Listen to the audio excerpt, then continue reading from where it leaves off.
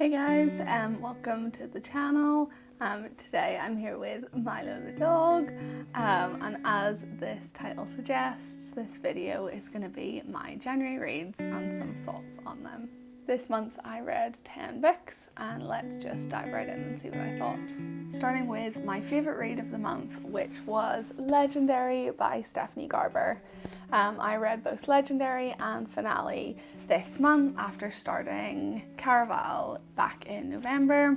This series follows two sisters, Scarlett, whose story is featured in the first book, Caraval, and Donatella, whose story is told in the second book, Legendary, and then the finale is like the dual POV. I still feel quite new in the fantasy genre, and I am so glad I picked up this series. I absolutely loved Legendary. I have it a bit tabbed, and I give Legendary 5 stars, Finale 4 stars, and overall I think this is a great 4-star series.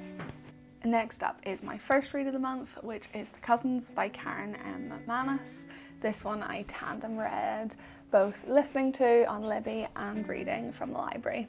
I've really enjoyed the other Karen M. McManus books that I've read, and I especially really loved One of Us is Lying, One of Us is Next, Two Can Keep a Secret, those ones. But I think that kind of deviation of format and kind of different setting, I didn't enjoy as much with The Cousins. I definitely by no means thought this was a bad book, it's just one that didn't stay with me, and so because of that I gave it 2.75 stars. But later on in the month I listened again on Libby to Nothing More to Tell by Karen M. McManus. This one I enjoyed a wee bit more, I think because it was more back in the style of the One of Us is Lying setting, and so this one I rated 3 stars. Again, enjoyable, but hasn't really stuck with me. Next up is Icebreaker by Hannah Grace. I am so easily influenced and I keep seeing this everywhere, and so I got it on my Kindle for just an easy winter read over Christmas, and I really enjoyed it. It was exactly what I thought it was going to be. It's a college romance between an ice skater and an ice hockey player, and kind of the settings around that with a bit of forced proximity, enemies to lovers, you know. And so it was exactly what I thought it was going to be, and I think I'll probably definitely read the next book in the series. Overall, this was an easy 3 stars for me. Next up is Dial A for Aunties, which again I listened to on Libby this month. The story follows our main character, Medi, who has to incite the help of her mum and her 3 aunties after a pretty disastrous day. I liked the idea of this book, the kind of cultural element I always love, and it gave me real Arsenic and Adobo vibes. I have loved that series, but I think the events that happened for me were just so far out of the realm of possibility that it meant that I just wasn't rooting for the characters, because it just felt like it would have never happened otherwise. So overall this was a 2.75 for me.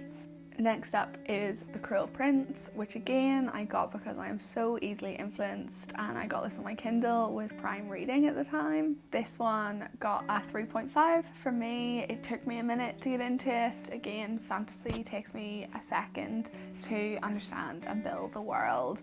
But overall I thought it was nice. I just wasn't invested enough to keep the series going, and so I haven't picked up any of the other books. But I know The Stolen Heir is getting a lot of airtime, and so the FOMO and the influence from the internet may get me back in that series eventually. 2 non-fiction audiobooks that I listened to this month were The Office BFFs and The Magic of Tidying Up by Marie Kondo.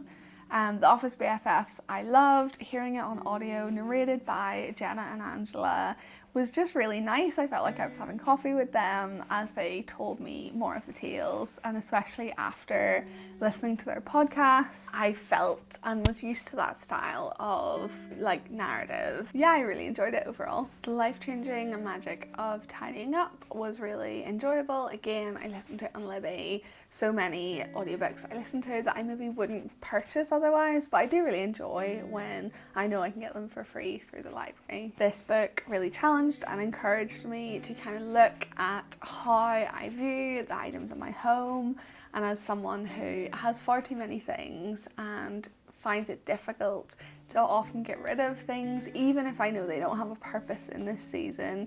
It was a really nice reminder and encourager to be able to freely do that, knowing that it may have served a purpose at another time. Last up on my January reads was Set on You by Amy Leah. This book I found for £1 in the charity shop, and so I went in with super low expectations. I hadn't really heard anything about it, but when the sequel X's and O's dropped, I thought I'd finally give it a go. And so one day when I was sick, I just wanted an easy, comfy read, and I actually read it in just an afternoon, curled up on the sofa. I thought it was really fun and enjoyable. Again, just kind of exactly what I thought it would be. My one dislike is that personally I don't like emojis in books. I just don't think it translates as well as it could, and I find it a bit cringy, but each their own. And as you can see, I picked up X's and O's, the sequel, which I took away when I was doing some traveling at the end of the month. And again, just read in a couple of days. This one I will feature more in next month's wrap up. But yeah, safe to say, if you're looking for a fun, easy series, both of these can definitely go on your list. I hope you enjoyed hearing about my January reads. Hopefully like and subscribe, and you'll follow along for when February's drops, hopefully soon. Until then, I'll see you somewhere on the internet. You can follow me and my Bookstagram account on Kate's Literature, or you can find me anywhere else.